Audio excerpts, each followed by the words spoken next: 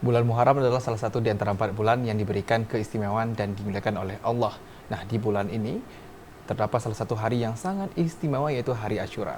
Ya, salah satu hal yang menjadi ciri khas di Aceh dalam menyambut Muharram adalah sebuah tradisi Ibu Kanji atau dikenal dengan memasak bubur kenduri Kanji Asyura.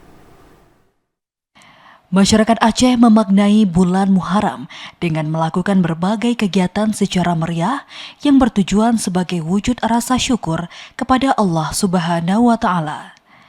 Salah satu tradisi yang sudah sangat mengakar dalam masyarakat Aceh ketika datangnya bulan Muharram, yaitu tradisi memasak bubur kenduri Kanji Asyura.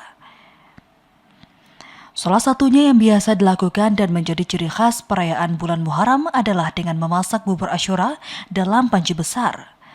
Bahan-bahan untuk melaksanakan tradisi bubur Asyura di setiap wilayah Aceh bervariasi dan berbeda. Ada satu yang membuatnya sama, yaitu menjadi sarana dalam mempererat silaturahmi antar warga. Bubur Asyura dibuat dalam porsi besar.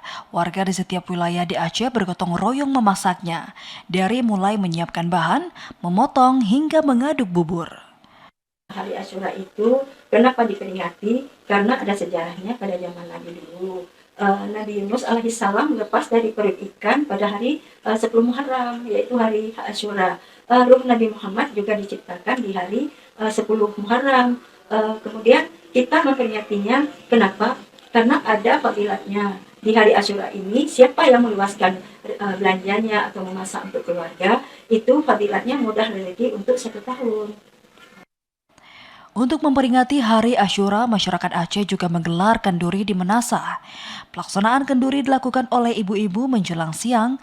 Mereka membuat bubur nasi Ibu Kanji, kemudian dibagi-bagikan kepada penduduk kampung. Tim Liputan TVRI Aceh melaporkan.